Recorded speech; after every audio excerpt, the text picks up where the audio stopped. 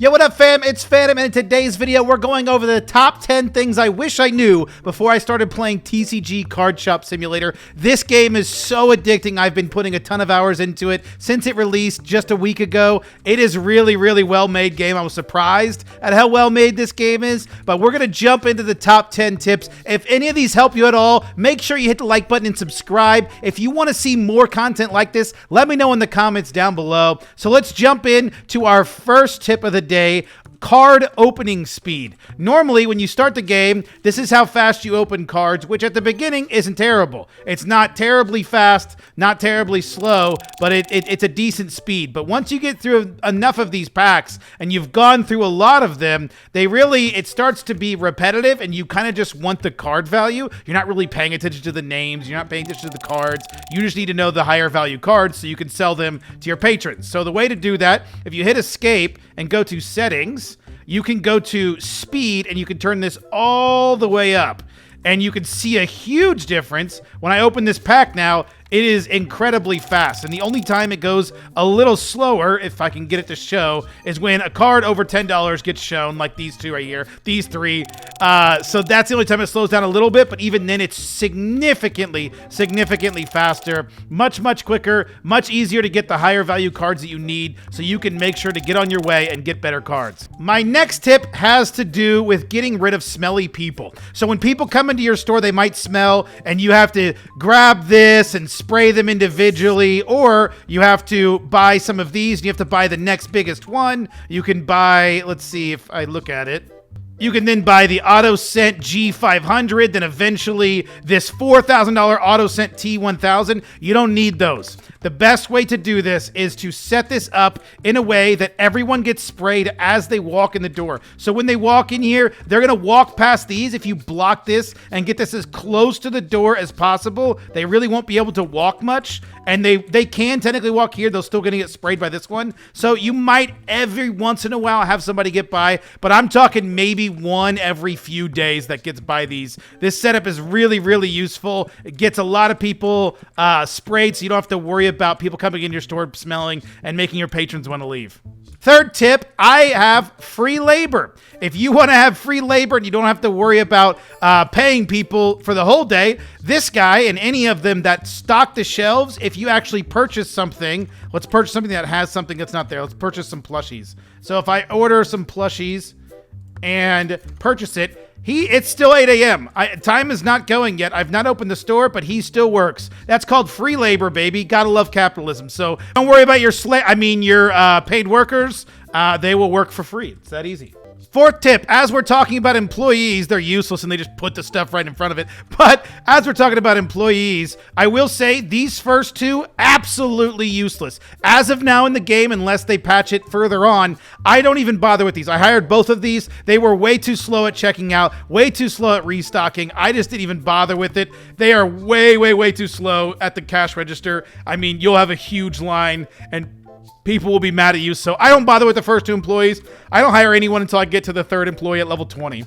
We're going to go ahead and open up our store before we start talking about the next pick. The next tip, number 5, make all of your numbers round numbers. It'll make your accounting much easier. A lot of people pay with cash in this game, just like this guy, and instead of paying him like $7.76, I only have to pay him $8. It makes the checkout process significantly faster, significantly easier to work with. I had them just set at market price, but then I started rounding it up, made checkout significantly faster, much easier to work with. So make sure, set all your numbers to round numbers. Our 6th tip of the day, we are going to talk about this extra storage room.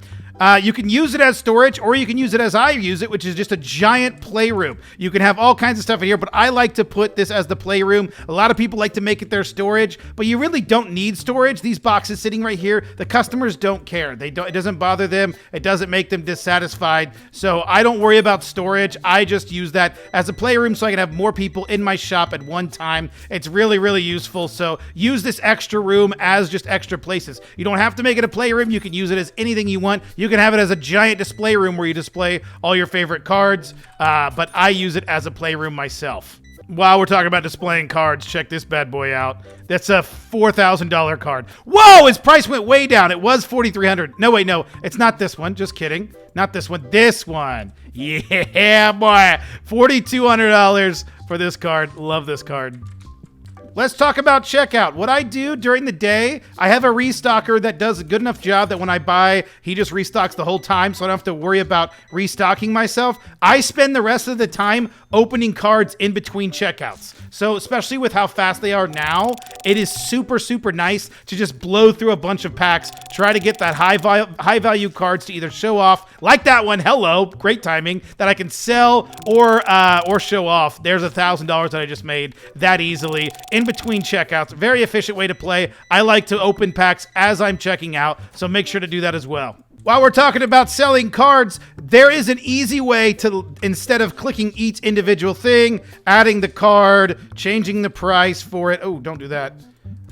Instead of doing that, you can actually hit R and grab and right-click these cards, and you can add them all at once. It's much, much, much, much faster this way. I like doing it this way, and I didn't realize this until a friend told me I could do this, and I'm like, wait a minute. I've been grabbing each individual card every single time, and it takes so much more time. So grab the cards out of your album with the right-click, and it'll make it much faster when you add them, and you can sell much more cards that much quicker. And speaking of selling cards, our 9th tip is make sure to sell all your low-end cards in bulk. You shouldn't be selling any card less than $1 ever, really. Maybe at the beginning of the game, but you can actually use this. Let me go to it. It is the workbench. At the workbench, you can create bundles of cards and you can sell them all together. These are considered bulk bundles. They don't sell for a ton, but it can help you get through a lot of those low-end cards. So you can just bundle these cards, sell them all together. So that way you're not trying to sell dollar cards, 70-cent cards, 50-cent cards. All of it just goes into a bulk bundle. Our last and final tip has to do with people playing the game. I suggest you have as much space as possible so you can make a ton of money. This is just passive money that happens, but not only that, make sure you are changing it to the latest event that you can do. You always want to go to the highest one because, as you can see, the market fee goes up with each new event. So we are into Golden Star, which is $22 per hour for everyone playing. The next one that I can unlock is EX Battle, which will be even higher at 1,500 plays. So always be choosing the most highest event unless you specifically want a card to go up in value. But even then, I don't really mess too much with that because it's really volatile and it doesn't help a ton, especially at the lower end. So what I end up just doing is getting the latest event that you can do. It'll make you the most amount of money and the easiest way to do it. So that is TCG Card Shop Simulator in a nutshell. If you want to get a better shop, if you want to get those levels easier, if you want to make this game even better, follow these 10 tips. It'll help you a bunch. I really enjoy this game. I'm really excited to keep playing it. I want to just max this game out. If you guys want to see more content like this, just let me know in the comments. I know it's a different video than my normal, but I hope you guys enjoyed. Thanks so much for watching, and we'll catch you in the next one.